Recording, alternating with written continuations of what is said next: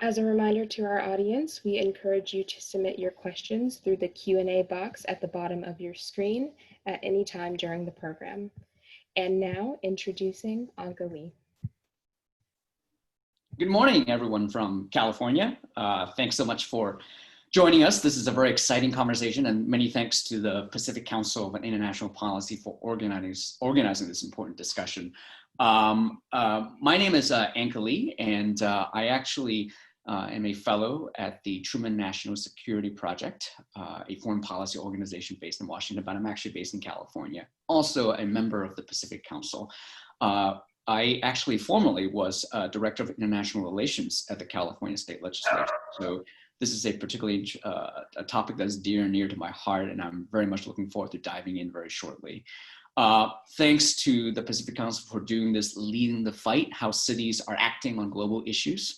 I'm going to be moderating the event, and just to a note to let the audience out there know that we look forward to answering your questions. So if you have a question, please do utilize the chat box, Q&A box that is, at the bottom of the screen, and we'll be conveying those to our two special guests today. With us, we're really excited to have Ms. Vanessa Ibarra, who is the Director of the Mayor's Office of International Affairs for the City of Atlanta.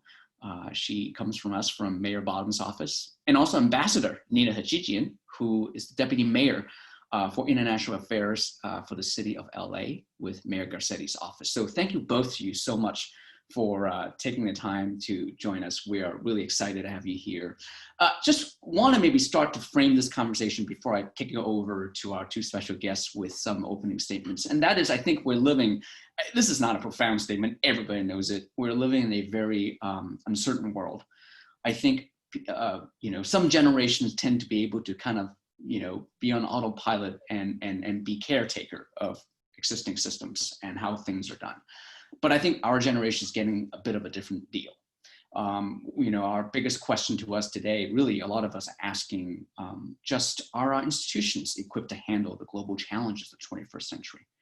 How do we make sure that our institutions are equipped to make sure our communities can compete in a global economy, in a global world? I think people are feeling lost in general too, in so many ways. They don't really know how to fit in. And wondering what their place is going to be in a very global, fast-moving society. What happens when things are moving faster than a mind can adjust in some cases? And I think this is where potentially this conversation is quite significant, because it's becoming clear in the last couple of years, maybe a decade, that states, cities, communities are becoming these important in-between players that could be effective translators and connectors for communities to understand how they can be active and be effective, competing and living and thriving in a world. And that's why I'm really excited to have both Vanessa and Nina here join us, because they are really the frontline civilians in this effort. They are making these conversations and connections possible. So without further ado, I like to just maybe start with something general and open and just have them to talk a bit about their background. And so really to just get it started with our chat, and hopefully this will engage our audience and encourage them to ask questions further down the hour, is let's just start locally and personally. I think both of you are very worldly thinkers and are public servants helping lead two of the world's most global cities. But your roots also go very deep in your respective communities. Can you ground your perspectives for us a little bit here? Tell us about your upbringing in Atlanta, in Los Angeles, or initially elsewhere. How did you get interested in foreign affairs and international affairs? How did the war shape who you are? And maybe I'll start perhaps with Vanessa and then kick over to Nina as a starting conversation. So Vanessa, off to you. Absolutely. Well, first and foremost, thank you so much for the Pacific Council for having us here. And thank you, Anka, for moderating today's panel. I'm very excited, and it's an opportunity here that we see here too, that we're gonna have the opportunity now to work more closely with our counterparts in various cities, which is the silver lining with everything that is taking place. So when it comes to what really, there's not one answer, and this is what is very exciting about this one question. There's not one answer as to how somebody gets into international affairs. There's not one specific path. When it comes to me, for instance, it was certainly my upbringing. So my family is originally from Venezuela, and my father lived in a town called Barquisimeto. And in Barquisimeto, he had cousins through his aunt married an Italian man, and he was exposed to the Italian language. He then, with all the different oil companies that were in Venezuela, he was exposed to the English language. Then he picked up German. And because of his ability to learn all these different languages and really understand that there's different cultures, he was provided the opportunity to work for a French company based in Venezuela. From that company, he was transferred to go to Paris. And that is really where my journey came to be, where I started getting exposed to various cultures. So he was responsible for opening various subsidiaries. So we had the opportunity of living in Mexico, Peru, came to the United States, and I was really able to see learn various languages, various ways of doing business, just because I was around him, the importance of diplomacy and establishing strong ties. And that really motivated me to really see what else I could do. My bachelor's is in international business with a concentration in French. Truth be told, I originally wanted to be a psychologist. But my mother said, you like traveling, you like languages, you seem to have a knack for business. Why don't you focus on French with a concentration in international business? Then got my master's. And so that's how I started being exposed to all these different things. And through my career, got to work for the French trade office, a French organization promoting relationships and business between Rhône-Alpes and the Southeast, worked for a German company, and then ended up here having an opportunity to interview at the time for the Mayor's Office of International Affairs, and have been with the office for now close to 6 years. That's terrific. It's a fascinating background. And Ambassador Nina, bring us back to California now. Would love to hear your story and sort of what shaped you as you were growing up and then finding your interest in IR. Well, I'll first take you to New York, where I grew up. But my mom was a first-generation immigrant. She was born in Germany. My dad was born in New Jersey, but his parents fled Armenia during the genocide and landed here. So growing up, I traveled to Germany often, and I traveled to my grandmother's apartment in New Jersey, which may as well have been a foreign country. Based on the smells and the tastes and the language that I was exposed to there. And then I was growing up in Manhattan, and my father was an avid fanatic when it came to Chinese food. So we went to Chinatown all the time, which at the time was the way it is in Koreatown in Los Angeles, where it's a complete experience where you hear basically only Cantonese and you see only Chinese language. So I think, I've and always spoke with my parents growing up about what was going on in the world. So I think all of that, imprinted me at a pretty young age. And then I met my husband-to-be, who is from Los Angeles. And luckily I had already decided to go to law school in California and fell in love with California. And then later fell in love with Los Angeles. And I've now been here like 25 years or so. So I feel very native. I think I've been here longer than I've not been here. And Los Angeles, as all of you know who live here, is just this incredibly diverse city. So I felt, very at home right away. And I originally actually thought I wanted to do international law, and held on to that idea for a while, and then ended up working in the White House in the National Security Council. And even after that, thought that what was practical was for me to try to be a law professor. So I was going to write a law review article. And I was, by the way, a senior fellow at the Pacific Council at the time. And then I wrote a foreign affairs article, and I realized, no, it's really foreign policy that I'm interested in. And then, worked for think tanks, and later had the amazing honor of becoming an ambassador. And then Mayor Garcetti made me an offer I couldn't refuse when I came back, just to start the first Mayor's Office of International Affairs and be the first deputy mayor. That's really terrific. I think both of you are just such interesting people in the sense that you have such deep expertise in the subject matter and with global affairs, and being able to serve a local government. It's really, I think, as I mentioned in the beginning, increasingly important. Just for context, I think, I think it would be really helpful just to maybe tease it out a little bit, because I think certainly in my experience starting in Sacramento a couple of years ago and was there for 2.5 years, it was a little bit of a mystifying to a lot of people, whether you're a foreign policy hand in Washington or you're a local activist, in Sacramento or LA or Atlanta. They go, international relations, interesting. What do you really do? What for the city, for the state? Yeah, I think that's not a unique question, and I think a lot of people have that on their mind. And I think sister cities may be the first thing that comes to mind for most people, but there's so much more than that. So maybe I'll start with you, Nina, if you can demystify a little bit for us. Just tell us about the team that you lead, your portfolio, your policy priorities. What is it you really do as an international, really policy advisor to Mayor Garcetti? We'd love to hear that. And maybe after that, I would love to hear from the Atlanta perspective as well. Yeah, I'm happy to do that. So the mayor, just to back up, he taught international affairs before he ran for elected office, and he's been a naval intelligence officer. So he has a very, worldly view of things.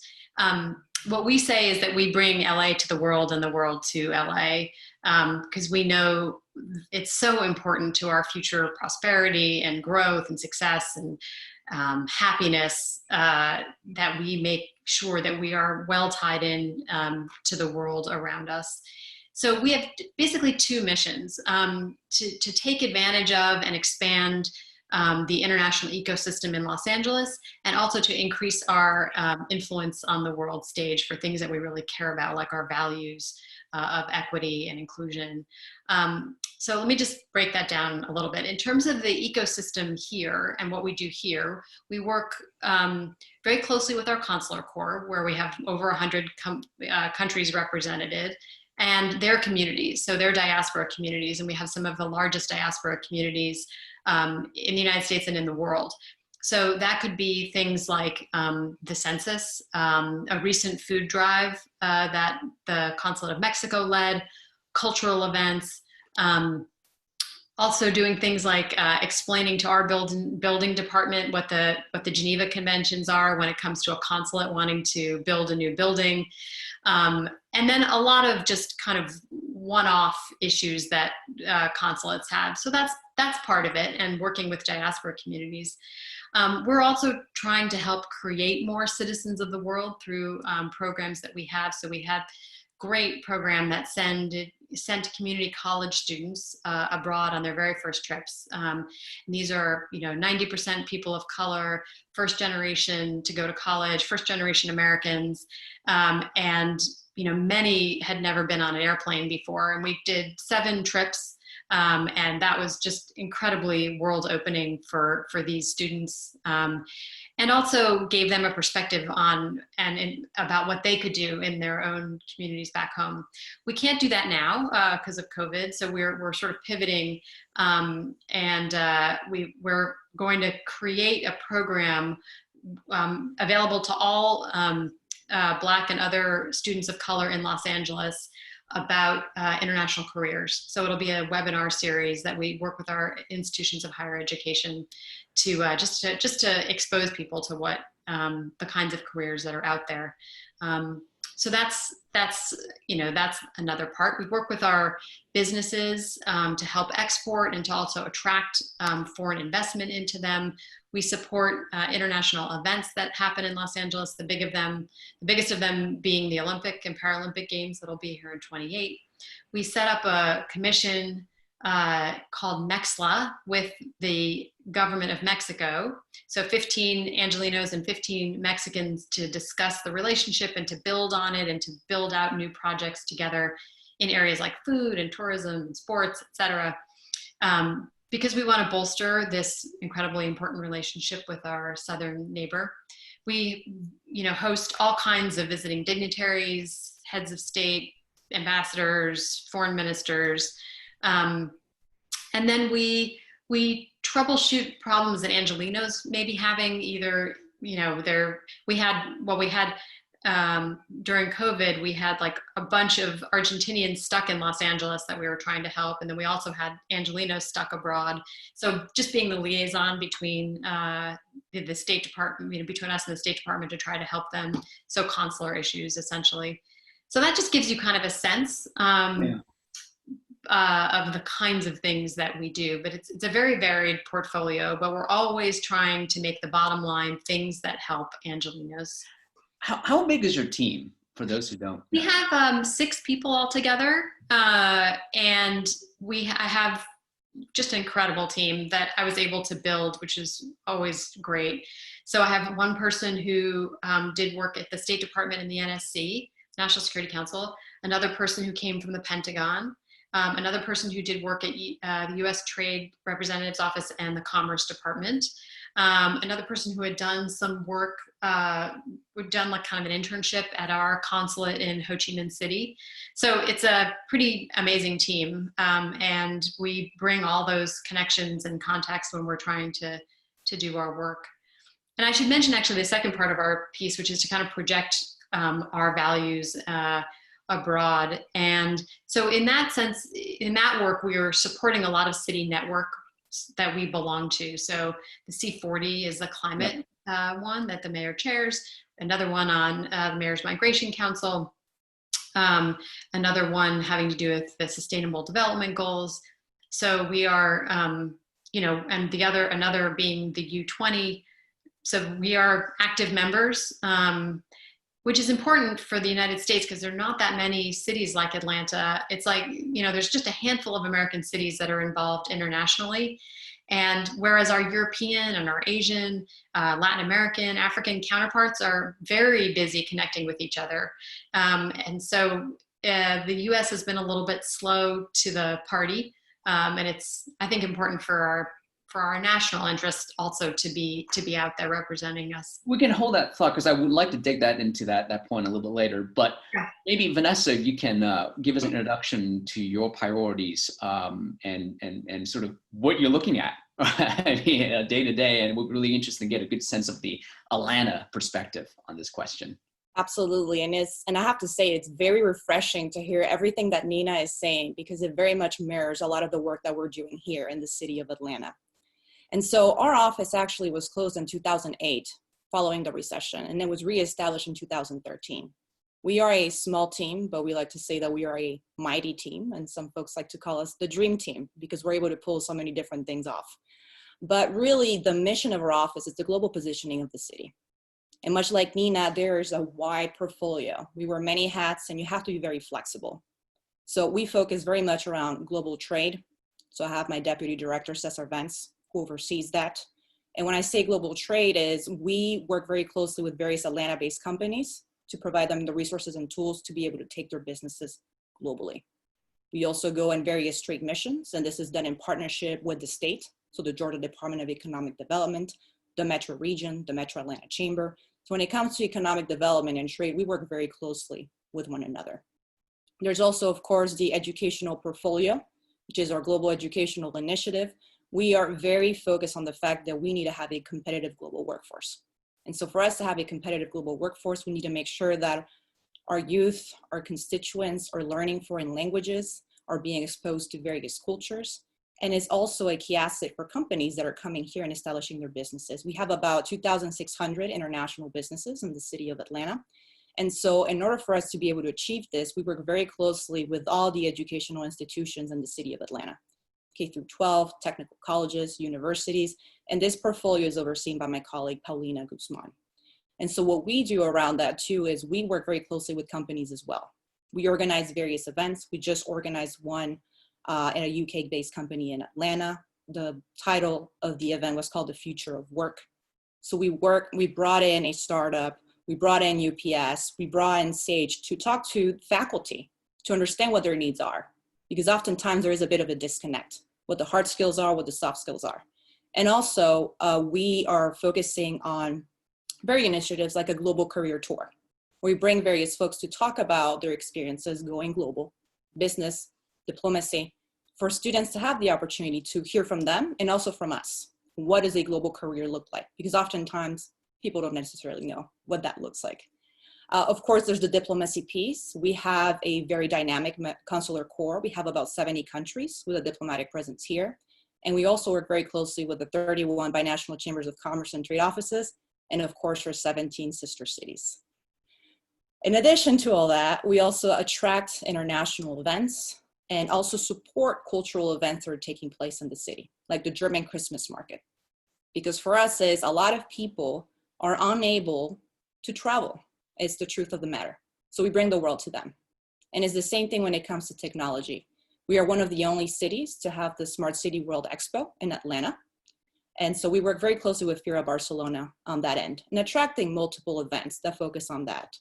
And the new initiative that we're also focusing on is around sports. Because what we realize is we welcome delegations. And just to give you an idea, we welcome about 100 international delegations a year. And just like Nina, it can be ambassadors, ministers, students, and they're very interested in learning what the city of Atlanta is doing.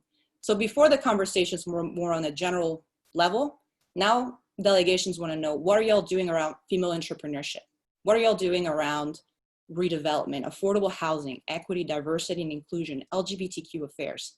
So we welcome all these different delegations.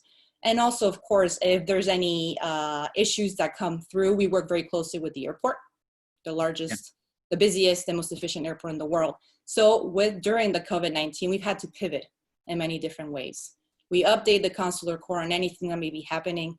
If there's a repatriation flight, we coordinate with the airport. We talk to the director of emergency preparedness, the chief health officer, to provide all the information that is needed for them to be able to inform their constituents of what is needed. And we also, of course, work with the mayor's office of immigrant affairs, which has really mobilized to feed the various communities that have really been impacted. And translating documents. There's so many executive orders that at one point is, I don't understand, so we translate Spanish, Chinese, French, and we work with the educational institutions and the consular corps to make that happen. So long story short, we wear many, many hats, but at the end of the day is how do we position Atlanta globally and work with strategic partners through letters of intent, MOU, to address specific issues or areas that we may be working in sync, depending on our industries as well. So the foreign direct investment is also something we focus on. This is great. I mean, you touched on two things I really want to dig in right now, which is one, it's social justice and equality issues. And then you mentioned COVID. I'd like to ask Nina to address COVID shortly. But before we kick over there, I'd like to maybe follow up with you, Vanessa, on a question on the social justice and human rights aspect of the conversation. And I think this is really, because when you think about it, big city mayors aren't just local leaders. I mean, in many ways, there are American voices on a global stage. And, I need to say that it's been a really difficult summer in the United States, from the bungled COVID response at the national level to a very painful reckoning on race. And, no question our global standing has taken a big hit right now. And, you sort of alluded to this. So my question is, how can mayors step up to help repair America's reputation globally? I think, Mayor Bottoms is so often recognized as a member of a new generation of American leaders, dynamic leaders. And so as her chief advisor on global affairs, as her director of international relations, the one who's really helping her to guide her facing the world, how would you narrate her global voice? How would you write Atlanta's global story? We'd love to just hear your script on that. Absolutely. And I have to be the first one to say that I'm extremely proud of our mayor and all mayors, for that matter of fact. Because if you look at America's reputation, it had already shifted a lot once the administration that we currently have was established. And we noticed that based on the conversations, the comments, and the focus of the various delegations that were coming through. Now we're facing in 2020 all these unprecedented events, the global pandemic. There's no national strategy. And this has really impacted us in many different ways. And so what we're seeing, and also to add to that, the various demonstrations around systemic racism, majority peaceful, which we very much support in every level. What we're seeing here is when it comes to our mayor, something that really resonates, and I realized that when we had a lot of international calls, our office with our counterparts abroad, it's that mayors all have more of a human component to before. And I say this because, for example, Mayor Bottoms, when she spoke to the city, which was also to the state, to the nation, she didn't speak as a mayor. She spoke as a concerned mother. And so this resonated very well around the world because they saw their leaders as also being human, not just political leaders. Everyone is here involved. And so when it comes to our mayor, when it comes to our city, what she would say is the following. She would say, we are the birthplace of the civil rights movement. What we're seeing here is a social movement. It's long overdue conversations. It is long overdue for us to discuss police reform. And it is extremely important for us to come together because diversity at the end of the day is our biggest strength. And so she said that multiple times. We have the second fastest foreign-born population. And when she came and became our mayor, her vision was that of One Atlanta, focused on equity, diversity, and inclusion. She made the decision to bring a chief health officer. She made a decision to bring a chief housing officer because we know what is needed in the city, and she sees the struggles. So when it comes to the global voice, as we were talking a little bit before this event, the US Conference of Mayors coming together and having a united voice. This is what nations around the world are seeing because they're looking at us, they're looking at our mayors for leadership, now more than ever. And this is what our mayor has really been able to do. That's terrific.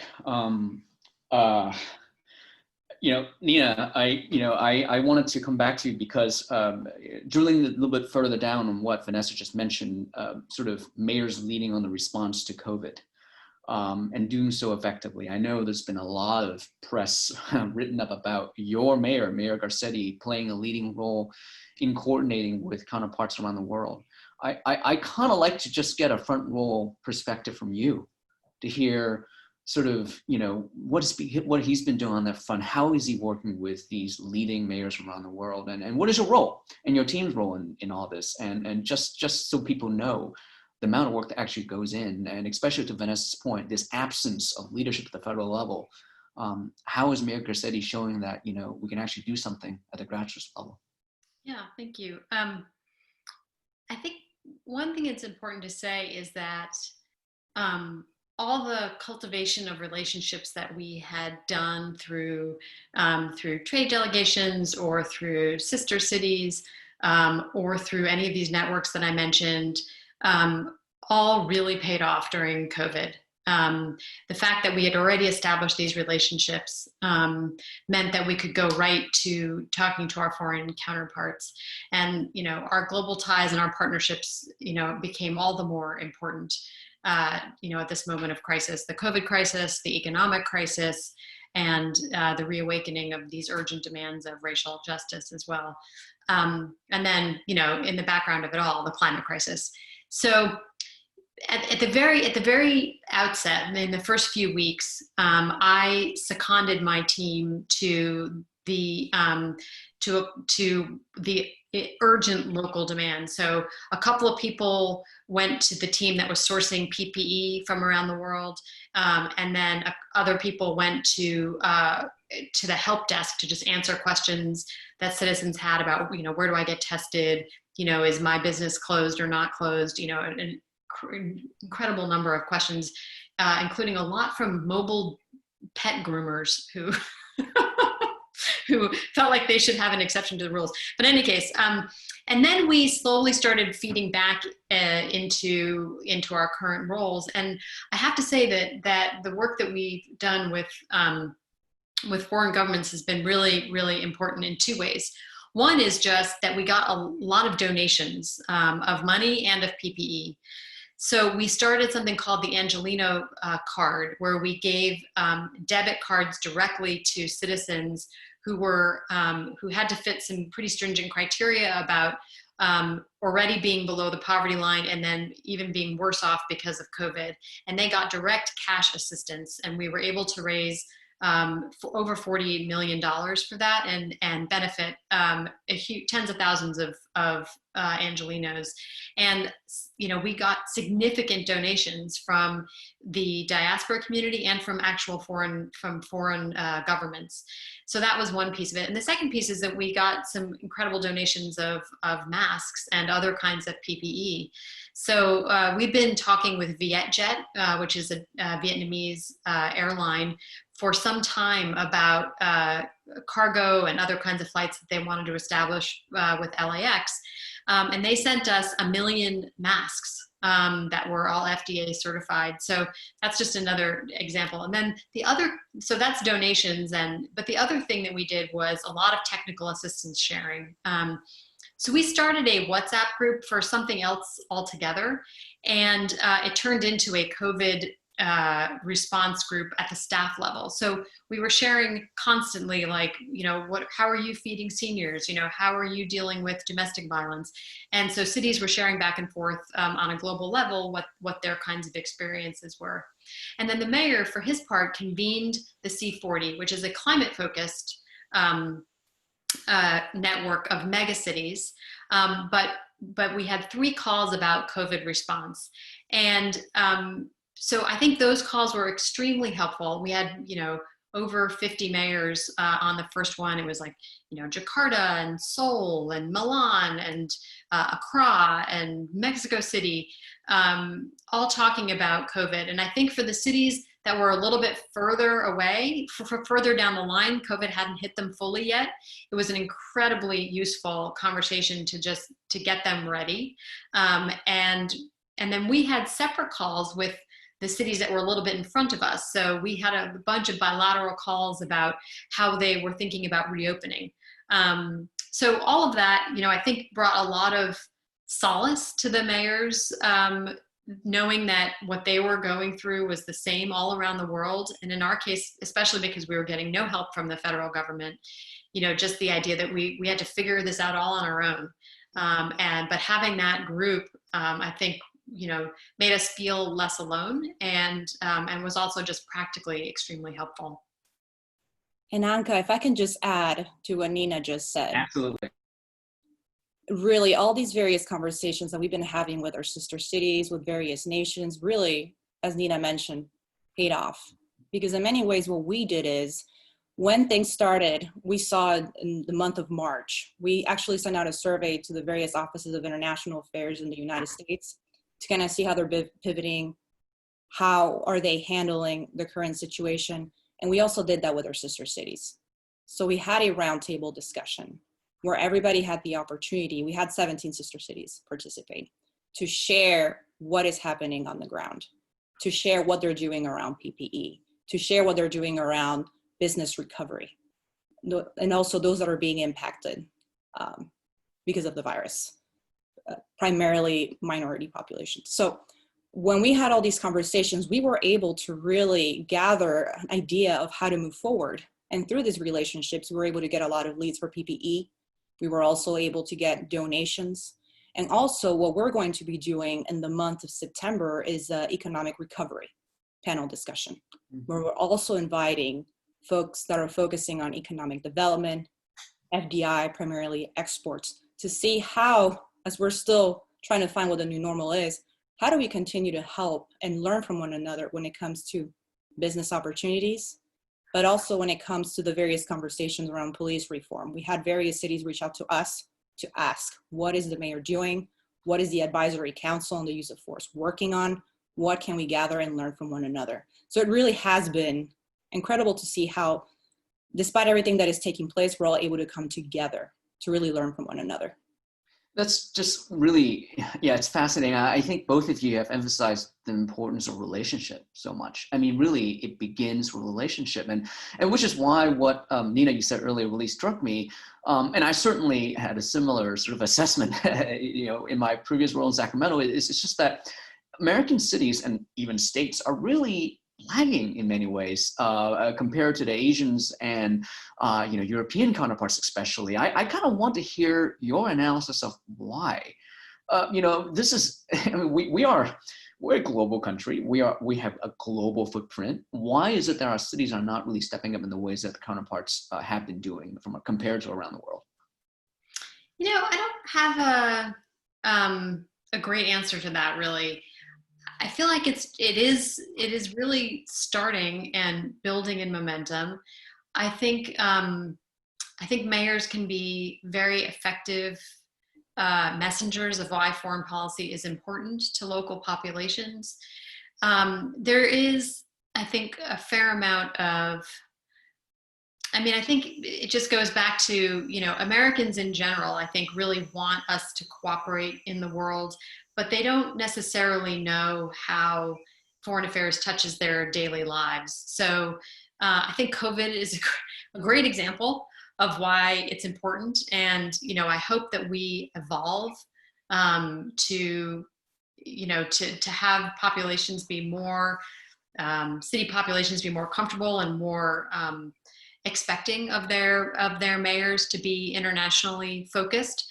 But I think that just isn't the case in a lot of cities, and there's a fair amount of suspicion about why are you using taxpayer money to travel abroad, even if it does result in jobs and investment in your city. So and I think I'm worried, frankly, in the next period to come, when city budgets are being slashed everywhere. And I think we'll be probably fine in Atlanta and in Los Angeles, but many cities are really worried that the one or two people they have that are focused internationally are going to get cut, because it just seems more expendable than, somebody who's focused on street lighting or, potholes, which is, that's the important thing that mayors do, is to take care of those everyday basic needs that citizens have. So I hope it's an evolution, and I hope people like me and Vanessa and others are paving the way for a different time when more cities will be active. I do think that I think during this time, it's been great to have cities active, because we've continued to be the voices of traditional American values, of valuing diversity, of wanting to work with international partners and valuing our international alliances. It's nice, and caring about climate change, and caring about immigrants, like having that voice out there, I think has been important. So I hope it evolves over time. Yeah, no, I agree. And actually, you mentioned a very interesting point, which is the, in terms of equity for cities issue, right? I mean, like Los Angeles and Atlanta certainly have, you two are, the cities are great to have both of you there, but not all cities, like you both mentioned, really can afford or have the resources to run an international team to be batting for the cities globally. And I was just thinking, where, if we're going to have a new administration, and if the federal government can be helpful in equalizing the playing field a little bit, to make sure that cities that are not LA or San Francisco, or Atlanta or New York, can be effective in global engagement, like what would that structure look like? Now, I say that because right now in Train, at the federal level, there are legislations establishing a State Department office doing just that, which is to coordinate city diplomacy. And so, I want to hear from Vanessa first here too, is if the White House were to come to you and say, we're going to have the new structure of coordinated city level diplomacy, to you as somebody who's actually doing this day-to-day on the ground, what would a successful, effective structure look like? Where should the federal government come in? What would you tell the White House if they were to ask you to be on that advisory board? I mean, that's a great question. It really depends on the administration as well. I will say that first and foremost, because we don't know what the situation would be. When it comes to what I would ask for if I were to be part of the advisory board, would certainly be funding. Because although we're the city of Atlanta, our budget, and I will be the first one to say this, our international budget is rather conservative. And so if we have a conservative budget, I can't imagine many other cities. So certainly funding would definitely be something that would be of interest. And also to have a cohesive strategy. What does that look like? How would you all be working with the cities? Because my concern, and this is just me personally speaking, are they going to be supporting, or are they going to be telling us what it is that we need to be doing? So that is something that I would want to know. And who is going to be leading those efforts as well? How are they going to be appointed? Would they be elected? These are different questions that I have. But certainly the funding would be something that would be essential for not just our office, but just offices. Convenings where perhaps we can all come together and share best practices. and then a cohesive strategy on how it is that we can all work together to be one united voice for the United States. And, you know, for somebody who, you know, with federal government experience, you worked at a White House, you know, you were ambassador under President Obama to Asean. How would you utilize mayors in that context? I mean, I do think, you know, well, first of all, let me step back for a second. So under when Hillary Clinton was Secretary of State, there was an office of subnational diplomacy, which was then mothballed by this current administration. So I think if President Trump is reelected, I don't think there's really a conversation to be had. If President Biden is elected, you know, I do think there is an interest on his, you know, in his team to try to articulate better to Americans why foreign policy is important to them. And I think that is an important role that mayors could serve. I would, like Vanessa, you know, we have actually an incredibly small budget as well. And we're in Los Angeles. I mean, I do have people. And so I probably would ask for a person. I would probably ask for, you know, a foreign service officer to stay, you know, to work with us for a year. And I agree with her too, her concerns about being told what to do. We obviously don't want to be told what to do, but I do think coordination would be really helpful. And, you know, there are foreign governments that are not always friendly to us who use their city diplomacy pretty effectively. And, you know, the FBI has talked about this publicly. So there's also a security element to it as well. And we saw that consulate in Houston was closed. I think that was a mistake because I think having ties and having those communications channels open is really important. But that isn't to say that there isn't, you know, potentially harmful activity that could be going on at the city level, which the state, you know, the federal level may not even be aware of. So I think there's both a, you know, supporting us to be the voice of the United States at our level is important, but there's also a defensive element to it to make sure that we're taking precautions at a local level when needed. That's great. I kind of want to start bringing in some questions I'm getting from folks who are listening in. So I have one right now, and I think both of you can take this for sure. And it actually is related to our conversation. How do you balance your city's priorities against the priorities and rhetoric of your state or the US's agenda? When it's not aligned with your city's goals, do you have any anecdotes or examples on those competing interests and how they were resolved? So I don't know if either of you, maybe Vanessa will start with you. I think the one that I will mention is, and we've seen it on the media, is how to handle the current crisis with COVID-19. Certainly our mayor has very different views on how to move forward than the governor does. And we have seen it on the media.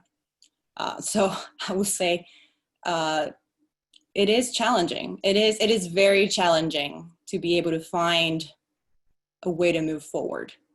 And so certainly you come to the table, you have the discussions, but at times you agree to disagree in many different ways. And that is just as simple as I can put it. Because when it comes to various topics between the state and the city and the federal level, whether it is immigration, whether it is climate change, whether it is equity, diversity, and inclusion, or how to handle the various demonstrations that are taking place, there's different views on how to move forward with that. And it also is different party lines, if you will, as well. We have a Republican governor, we have a Democratic mayor, we call ourselves the Blue Island, and then it's everything that is happening on the federal level that I don't need to mention again. But it is difficult. We do come together in what I mentioned earlier around economic development. That is something that we always come together, and a lot of delegations, when they come through to the city of Atlanta, they are very surprised at how cohesively we all work with one another. Because one win for the state is a win. If it's in the city of Atlanta, is a win for the city. One win for the city is a win for the Metro Atlanta Chamber and the state. So we all coordinate our efforts around trade missions, promoting the city of Atlanta together. And that's why the state of Georgia is, for the 7th year in a row, the #1 state for doing business. So it really depends on the topics. Some you will find some sort of middle ground, and others you'll just agree to disagree. I don't know if Nina, you have anything to add to that? Yeah, I mean, we are very coordinated with the state of California and have very aligned. We're obviously very unaligned with the federal government on many issues, while at the same time working with them on building out our metro, or we had the Army, or the Navy hospital ship come and dock during COVID, which was useful. But when it's an important issue, the mayor will just speak out. So when the president said we're out of the Paris Climate Accord, the mayor said no, well, we're in. And now the group that he founded, called Climate Mayors, has 435, or I think probably more than that by now, mayors that have all pledged to stay within the strictures of the Paris Agreement. So that's an example where he felt it was important to not only articulate his differences, but then mobilize around it. Similarly on immigration, we are a very immigrant-friendly city, and so all the horrible rhetoric that comes out of our of the White House just makes us work all the more stringently, all the more ardently with our local immigrant populations. And that's why the Angelino card that I mentioned earlier, we knew that the undocumented population here wasn't going to get any federal assistance. So we made sure that we found a way to get them assistance for very basics of food and shelter, et cetera. So, and that's also why we set up the commission with Mexico, was in response to, some really unkind rhetoric and a rocky relationship that we had, especially at the beginning of the Trump administration with Mexico. So, we do what we have to, and we work with them when we can. Yeah. And sorry, go ahead. Very quickly, is something also that we've noticed that is extremely important is the public and private partnerships. So when the governor decided to open up the state at the end of April, and the mayor, based on the numbers, the scientific information that we're being provided with, did not think it was the right time, she put together an advisory council. And so I think something that is also important to emphasize is that on the city level, how we're able to all work together with the educational leaders, business leaders, scientists, just to make sure that we all have a cohesive plan if we're not getting that direction in the federal or state level. That's great. I actually, there's another question that came in, I think was addressed to Nina, but I do think both of you can answer this, and I'll just read it out right now so you get a sense of it. Nina, how can you use your connections gained as U.S. ambassador to Asean to create strategic Pacific partnerships for Los Angeles? So if you don't mind, I kind of like to broaden this question, step back a little bit too, because I want to hear from Vanessa on this as well, which is, one of the things to institutionalize and to regularize these kind of exchanges, to have dedicated institutionalized bilateral dialogue platforms where you have a regular cadence of meetings, right? It's not just a one-off trip or one-off meeting, conversation, or photo op, but it's like ongoing. You meet twice a year at the high level, and then you have staff following up, maybe to Atlanta, Mexico, or LA, Mexico. So Nina, I'd like you to address that specific question about ASEAN first, but I also like to hear from the both of you about, and Nina, you mentioned this in the beginning, but I'd like to hear from both of you about sort of maybe these kind of dedicated type of bilateral relationship that you're building out, that you're structuring, and that's going to be sustained and long-term rather than just doing a trip here or there, but it's meant for developing long-term relationship and policy solution generation. So Nina, go ahead. Yeah, I think that the ASEAN experience, I mean, it's certainly, my connections with, I use my connections in Southeast Asia pretty regularly, most specifically with Vietnam, because that's a country where we have a large diaspora population in and around the LA area, the biggest, I think, in the United States. We have a good trade relationship. So we've hosted many Vietnamese delegations, and of course we visited in 2018, and good business ties. We've sent one of our student groups there, that I was mentioning earlier. So that's a relationship where we've had kind of a sustained long-term interest, which is both important strategically for the United States, which may not have been something that I would have been as aware of had I not spent time out in the region. But it's also good for for communities here. So there's a lot of happy synergies, and we hope the first flight, the first nonstop flight from Vietnam to United States comes to LAX. So that's another piece of the puzzle. So that's an example, I think, both of how I used my my previous contacts, because I knew the ambassador there, he's a friend, and how, and an example of a sustained relationship. I'd say the UK is another one where we have a lot going on with them. We have a lot of synergies, a lot of trade flow, and value and interest in terms of climate change and our values in general. So those are a few examples, but we have pretty strong relationships with a good number of countries they don't necessarily have structures to go with them the way that ours with Mexico does, but they are conversations where we're having conversations like on a weekly or monthly basis with those countries. Vanessa, go ahead. Yeah, so when it comes to our end, so for example, a prime example would be, for example, when the Prime Minister of the Netherlands came, Prime Minister Rutte, along with Minister President Bourgeois. So they came here with a delegation to look at logistics supply chain management. They came to Atlanta, they went to the port of Savannah, which is our main port, and discussions really continue to flow. And a few years later, that is when they decided to open up the Dutch consulate in Atlanta. And so these conversations, that's where you see that there is a commitment. You can't, and it also, and I will say this, it also depends on the budget, because we have to be, and we're very strategic on where we go, how many times we can go based on our budget, because our budget is used for all of our different initiatives, operational costs. So we have to be very strategic on how we move forward. So when we start working with a specific country, we look at various things. We look at education, we look at innovation, we look at if they have similar industries as we do. So for example, with the Netherlands, financial technology is something that we've been looking at with them. Creative industries, which is something also that is big with us.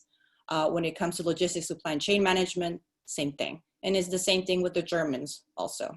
So there's different ways that we have been able to continue these conversations that have brought, for instance, the consulate or the establishment of trade offices and organizations here into our city. And when we see this take place, we continue to have that relationship. And it goes back also when I was talking about working with the state, they also have various representatives in various countries. And so we leverage those partnerships because they are on the ground building these relationships. So we have to constantly have these conversations, and it is not just a one-off. It's a relationship that we build. The other thing I didn't mention is that we have a number of, beyond the consulates, we have a number of major cultural institutions in LA that have been set up by other governments. So Japan House. So we're one of 3 cities in the world where Japan has opened a kind of a cultural hub. It also does, it also hosts talks about the relationship, but it also has, how to make sushi lessons. And I went there for a miso making lesson with my son. And then like the Thomas Mann House that the Germans have established here. So there's other, and we're in talks with Spain about opening a Cervantes Institute in Los Angeles. So those are the kind of lasting and permanent legacies of strong relationships. That's great. So listen, we have 5 minutes left, and I think this has been a really cool conversation, but I thought it would be good to close out, and maybe both of you will take this. It's just sort of reflecting on how do we prepare our next generation to be competitive global citizens, right? How do you do a better job connecting the domestic policies and foreign policies? How do you make sure that what we do at home is really shaped to help our young people to be able to go out there and thrive in a world that it's always going to be connected? There's no turning back. And I say that personally. I'm as a first generation college goer, and my first trip to Europe, I was in my 30s, early 30s. just because they never had opportunities to go. And, you guys are international policy people steeped in the domestic policy making world just because of where you are. I'd kind of like to have you talk a bit about, close out with some thoughts about orienting our domestic policies and what we need to be thinking about as we move forward in the next decade, and make sure that young people who want to thrive and succeed in the global economy can do so and are prepared to do so. So maybe Nina, I'll have you start, and then Vanessa, you have the honor of closing us out, with something inspirational, hopefully. So go ahead, Nina. Well, thank you, Anka, and thank you, Vanessa. Thank you, Pacific Council, for hosting this really interesting conversation. So it's been a big focus of mine, especially for our Black and Brown populations in Los Angeles. A lot of students just do not have the means to get that international exposure. So we did the Maya Mayor's Young Ambassador Program, it's called. And through that, we've done a couple of things. So one is those trips that I mentioned. Another is that we connected 10 local consulates with 10 high schools and had them for the last year engage in activities together. And some of those partnerships worked really well and will continue. So that's another piece of it. We've started a mentorship program for community college students with those who are particularly interested in international affairs with mentors, and that's a pilot that we're trying this year. And then I mentioned before too that we're going to have this webinar series for Black and other students of color in particular across all of our educational, higher educational institutions in Los Angeles to try to expose them. But I do think, I think most of our institutions here of higher learning are already focused on global education or are beginning to be focused on global education. So I have a lot of hope for the next generation, and we're going to need all their creativity and all their enthusiasm and all their energy, as we navigate, the next few years and the next decades to come. So when it comes from our end, what we focus very much so is, again, the various partnerships that we have on the state and local level. So we work very closely with the Georgia Department of Education, the Atlanta Public School System, and also the Atlanta Global Studies Center, which brings together Georgia Tech, Georgia State University, and various historical Black colleges and universities. So by speaking with them, there is an interest to not just focus on a university level, but also focus on K through 12. And also focusing on those that the minority populations, Black and Brown communities, those that are underserved, to have the opportunity to be interested in different languages. And when we talk about languages and other career paths, we're also looking at conflict resolution and peace. These are discussions that we're also having. I had the opportunity of going to the World Summit of Nobel Peace Laureates with Dr. Bernice King. We had the opportunity of meeting with youth, and it was very inspirational to see. And I had the opportunity because I think that is what is the most important thing here, is to talk to our youth. Oftentimes we're telling them what it is that we would like to see. But when you really sit down with them and you give them the opportunity to express themselves and let you know what it is that they want to see in the world, it is really something that makes you take a few steps back and change what the strategy should be. So I say this because we are working a lot with the United Nations Atlanta chapter. We have a video series that we're going to be doing, and it's the students that are going to be telling us what to do. So when we're talking about education and various opportunities, is bringing cultural events to them, partnering to provide them the opportunity to go abroad, but also we're trying to implement virtual educational exchanges. Because at the end of the day, it really depends. It is really up to us to uplift our youth, to really make a difference and have a global mind. Well, I think you basically just ended it on the best note possible there. And I do think that as dark as times may seem, when you look to the lights and the stars and see young people and their faces and their ideas and their excitement and their commitment to justice. And I think that's what's going to take us out. And I think that includes how we are going to be engaging the world as a country for the next generation. And I do know that it's going to start right where you are, at the cities, in the communities. And so I encourage all of you out there to follow what LA and Atlanta are doing, leading the way because this is going to be the question and conversation of our generation is how do you make sense in the world for every American? And so with that, I'd like to thank the both of you on behalf of the Pacific Council for doing this. I know you're both very busy, especially at this time. And we hope that we have a chance to do this in person at some point, because I know there's a lot more we can dig into. Mm-hmm. So, but thank you so much. Thank you so much, Anka. And thank you so much to the Pacific Council and Nina. It's great seeing you. Thank you, everyone.